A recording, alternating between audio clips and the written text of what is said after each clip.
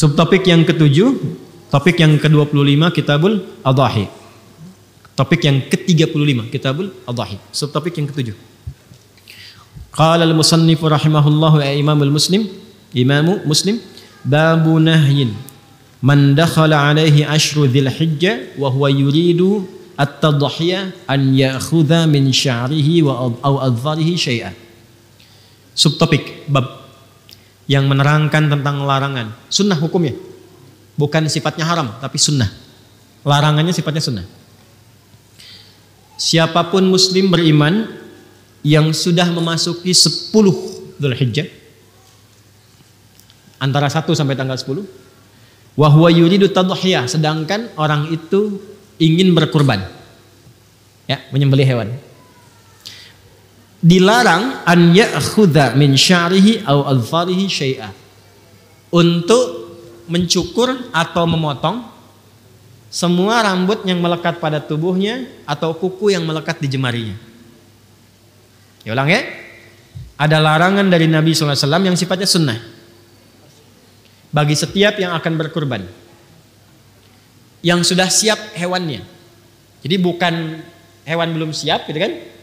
Hewan udah siap, udah kita beli, udah di atas namakan. Bismillah udah siap tuh ya.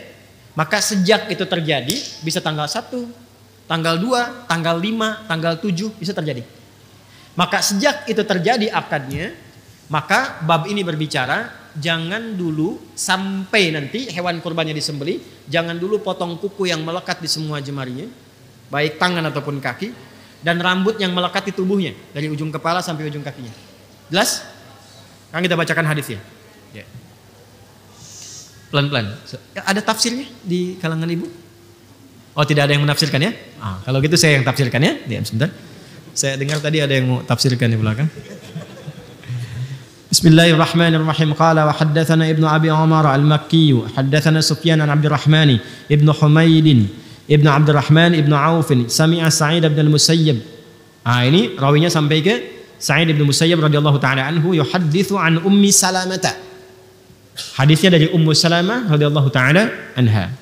Anna an-nabiyya sallallahu alaihi wasallam, bahwa Nabi sallallahu alaihi wasallam pernah bersabda, qala idza dakhalatil ashru, jika sudah masuk ke awal Dzulhijjah, 10 hari pertama Dzulhijjah, wa arada ahadukum an yudhhiya, dan ada di antara kalian yang menginginkan untuk berkurban, menyembelih hewan kurban, fala yamassa min sya'rihi wa basharihi syai'a, maka janganlah menyentuh, yang dimaksudkan jangan memotong atau mencukur rambut yang melekat di semua tubuhnya, bukan bulu ya, rambut ya.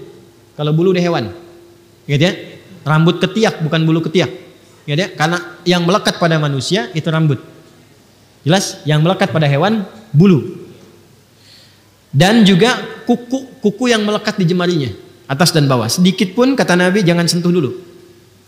Qila li Sufyana, ya, disampaikan kepada Imam Sufyan Ats-Tsauri, fa inna ba'dahum la yarfa'uhu qala lakinni arfa'uhu. Baik, teruskan dulu. Ini yang dimaksudnya apakah hewannya atau orangnya?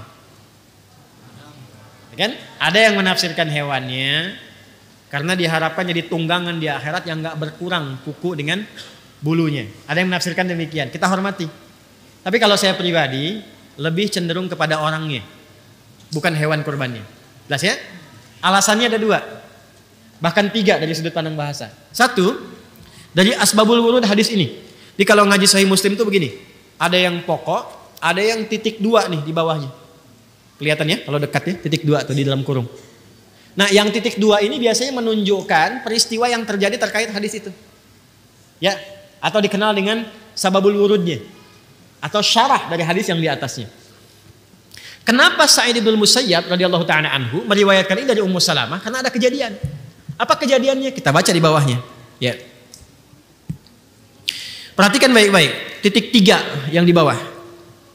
Qala wa haddatsani Hasan bin Ali al-Hulwani, haddatsana Abu Usama, haddatsani Muhammad bin Amr, wa haddatsana Amr bin Muslim ibn Hasan al-Laitsi qala kunna fil hammami qubail al-adha. Ini kisahnya.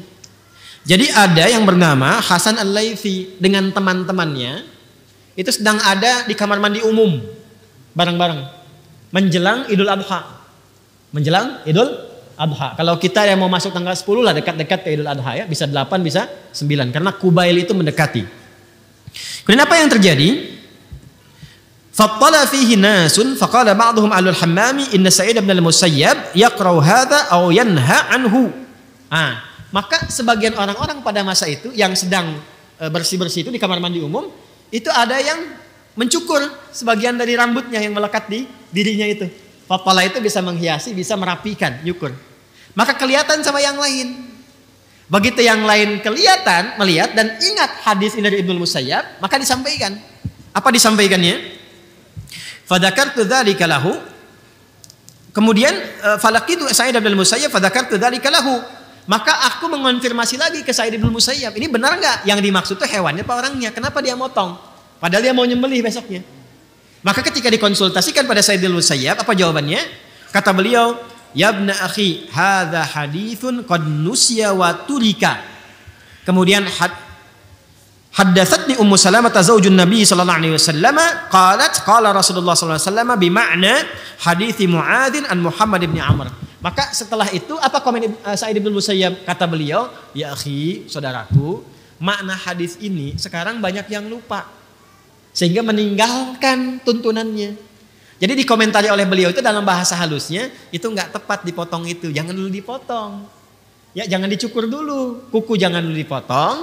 Rambut jangan dicukur dulu. Kenapa? Karena ada hadis dari Ummu Salamah radhiyallahu taala anha, hadisnya begini. Maka disebutkan lagi hadis yang tadi. Jadi ini konfirmasi yang dimaksudkan jangan dulu potong kuku atau mencukur rambut yang melekat di tubuh pelaku kurbannya. Orangnya bukan hewannya. Jelas? Walaupun dalam konteks ini tetap menghormati yang memahami pada hewannya. Paham? Satu. Kedua, kalau kita baca syarah yang lain di kitab yang lain, maka apa hikmahnya nggak potong kuku dulu, nggak cukur rambut dulu, supaya yang berkurban itu sama-sama nilainya disamakan dengan orang yang sedang menggunakan pakaian ihram dalam wukuf hajinya di Arafah. Kalau sudah pakai pakaian ihram boleh gunting kuku nggak? Nggak. Cukur rambut boleh nggak? Nggak. Maka apa yang berlaku bagi yang haji di sana esensinya bisa didapatkan oleh orang yang ada di sini yang tidak berhaji. Salah satunya karena itu kenapa ibadahnya digunakan dengan menggunakan kata kurban. Kurban itu proses mendekat kepada Allah. Jadi disamakan yang di sana mendekat kepada Allah, yang di sini mendekat kepada Allah. Nabi itu tahu nggak semua umatnya bisa berangkat haji. Karena itu diberi kesempatan. Kalaupun nggak sempat untuk haji, maka lakukan amalan yang esensinya bisa mendapati yang sama didapati oleh orang yang wukuf di sana. Kalau di sana pakai pakaian ihram, di sini kurban. Ya kan, sama-sama kurban, sembelih. Berlaku hukumnya, di sana nggak boleh potong kuku, sini jangan potong kuku dulu. Di sana jangan potong rambut, sini jangan potong rambut dulu. Jelas sampai sini? Maka diharapkan baik yang kurban di sini atau kurban di sana dalam bentuk wukuf sama-sama membangun kedekatan kepada Allah Subhanahu wa taala. Jelas? Sekarang Ustadz, saya haji belum bisa melakukan. Bayar sudah, visa nggak keluar misalnya. Atau belum bayar, visa juga keluar. Ya mungkin itu memang pasti gitu ya. Belum bisa berangkat intinya. Tapi kurban pun belum punya kemampuan. Maka apa yang terjadi? Amalan ketiga. Kata Nabi, tunaikan puasa. Siyamu yaumi arafata. Yaumnya menunjuk kepada waktu, Arafahnya menunjuk kepada momentum yang dikerjakan di Arafah oleh orang-orang yang haji. Kalau yaumnya berarti menunjuk kepada waktu, tanggal 9. Jelas ya? Dikerjakannya tanggal 9. Tapi saat menunaikan di tanggal 9 itu jangan cuma menahan lapar dan haus. Kalau seperti itu cuman puasa biasa, tahan lapar, tahan haus, tahan seksual. Itu biasa. Kerjakan puasanya seperti orang wukuf di Arafah. Apa yang dikerjakan orang wukuf itu? Dia banyak bermuhasabah. Dia banyak mengoreksi diri. Dia banyak mengenal kekurangan dirinya, makanya disebut wukuf Arafah. Dia kenali kekurangan dirinya. Dia kenali Allah yang selama ini belum dekat dengan Allah. Jadi puasa yang dikerjakan itu sambil koreksi diri. Dosa apa yang selama ini dilakukan. Karena itu bersamaan dengan itu yang kurban lewat hewan. Bisa juga sambil puasa. Yang tidak kurban bisa puasa, yang haji lewat wukuf. Maka puncaknya ketika selesai wukuf itu, kan ke Muzdalifah kan, yang haji. Dia membawa kemudian kerikil 7 buah untuk dilontar dalam jumrah ke Aqabah. Begitu dia melontar, yang dilontar itu kan hasil renungannya tanggal 9. Saya ini sifat buruknya begini, kurang baiknya begini, kurang dekat dengan Allahnya seperti ini. Dia berharap semua sifat itu dilontar sehingga ketika dilontar hilang itu dalam dirinya. Dan pulang menjadi lebih baik. Maka dia katakan Bismillahi Allahu Akbar, lontar. Bismillahi Allahu Akbar, lontar. Setelah selesai dia wukuf di Arafah, dia pindah ke Muzdalifah, dia berzikir.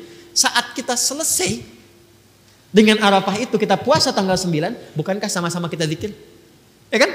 Maghrib ya kita zikir Allahu Akbar, Allahu Akbar, Allahu Akbar. Tanggal 10 di sana melontar, tanggal 10 di sini menyembelih. Dan bacaannya sama, di sana Bismillah ya Allahu Akbar, di sini Bismillah ya Allahu Akbar. Di sana menghilangkan sifat-sifat buruk. Sifat buruk itu dalam bahasa Quran munculnya dari sifat fujur. Fujur itu nama lain dari nafsu. Nafsu itu sifat hewani. Lawannya takwa. Takwa sifat malaikat. Jadi kita itu ada sifat hewani, ada sifat malaikat. Maka kita harus mengekang, mengendalikan sifat hewani supaya sifat takwanya muncul. Maka yang di sana dilakukan lewat wukuf, yang di sini digambarkan lewat menyembelih hewan. Maka dengan harapan ketika disembelih itu bukan cuma disembelih. Bismillahirrahmanirrahim, puncit, puncit, puncit. Bukan begitu. Bukan.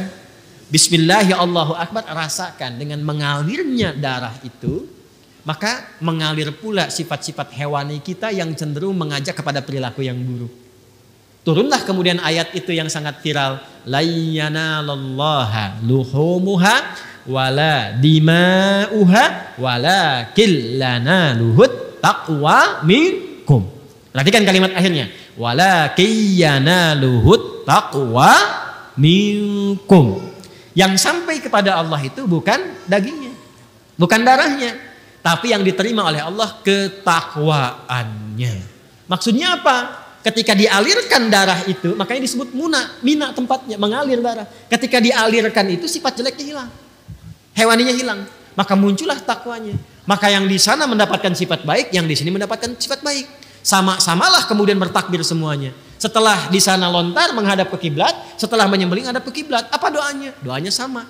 Inni wajjahtu wajhiya lilladzi fataras samawati wal arda hanifan musliman wa ma ana minal musyrikin. Inna salati wa nusuki wa mahyaya wa mamati lillahi rabbil la syarika lahu wa bidzalika umirtu wa ana minal, bisa wa ana awwalul muslimin, bisa wa ana minal muslimin. Jadi kalau kita berpuasa benar Arafahnya dengan mengoreksi diri, menyesali dan bertobat, maka Allah berkenan menggugurkan dosa-dosa itu sehingga bahasa hadisnya diampuni dosa setahun yang kebelakang itu. Karena sudah hilang sifat jeleknya, maka terjaga dalam kebaikan. Maka tanda orang itu diampuni, dijaga oleh Allah untuk tidak berbuat dosa setahun berikutnya. Itu yang dimaksudkan puasa Arafah, menggugurkan dosa setahun dan menjaga setahun berikutnya. Cara menerjemahkannya lihat. Ya, cara menerjemahkannya perhatikan, awas jangan salah. Siyamu yaumi Arafata, puasa yang ditunaikan di hari ke-9 itu bersamaan dengan momentum Arafah. Tukaffiru sanatal madiyah wal baqiyah, menggugurkan dosa setahun berlangsung ke belakang, berlalu ke belakang, dan menjaga tidak berbuat dosa setahun yang akan datang. Jangan mengartikan sama, mengampuni dosa setahun yang lalu dan setahun yang akan datang. Enak betul. Besoknya ada yang nyolong kan sendal. Kenapa nyolong? Jaminan udah puasa Arafah. Paham ya? Jelas sampai sini? Maka silahkan kalau mau nanti yang puasa tunaikan tanggal 9. Cara puasanya banyak muhasabah, banyak introspeksi, banyak merenung, banyak istighfar, banyak bertakbir, bertahlil, bertahmid. Kalau yang mau kurban disiapkan dari sekarang. Yang sudah siap sebelumnya tahan, jangan potong kuku dan rambut dulu. Taqarrub kepada Allah, itu yang dimaksud kurban itu taqarrub. Dekati Allah, zikir, tahlil, tahmid, banyakin ibadah. Mudah-mudahan dengan itu insya Allah nanti bersamaan dengan saat disembelih harus tahu ya. Walaupun dititipkan tahu, yang program kami yang tebar itu nanti besok malam kita akan zoom tuh dengan teman-teman yang kemarin dititipkan itu. Saya akan tunjukkan, saya akan bimbing. Hewan Anda ada di sini. Udah dikasih laporan semua.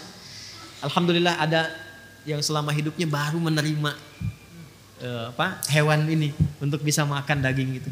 Seumur-umur. Ya, jadi ketika sampai ke situ, masyarakat di desanya di bawah lembah dekat gunung. Alhamdulillah Ustaz, ini baru seumur-umur dapat hewan kurban untuk ini. Alhamdulillah.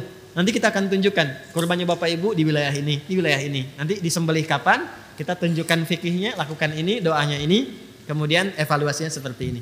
Insya Allah yang ikut itu besok malam saya Zoom, yang lain bisa menyimak supaya bisa ambil manfaatnya juga insya Allah ya.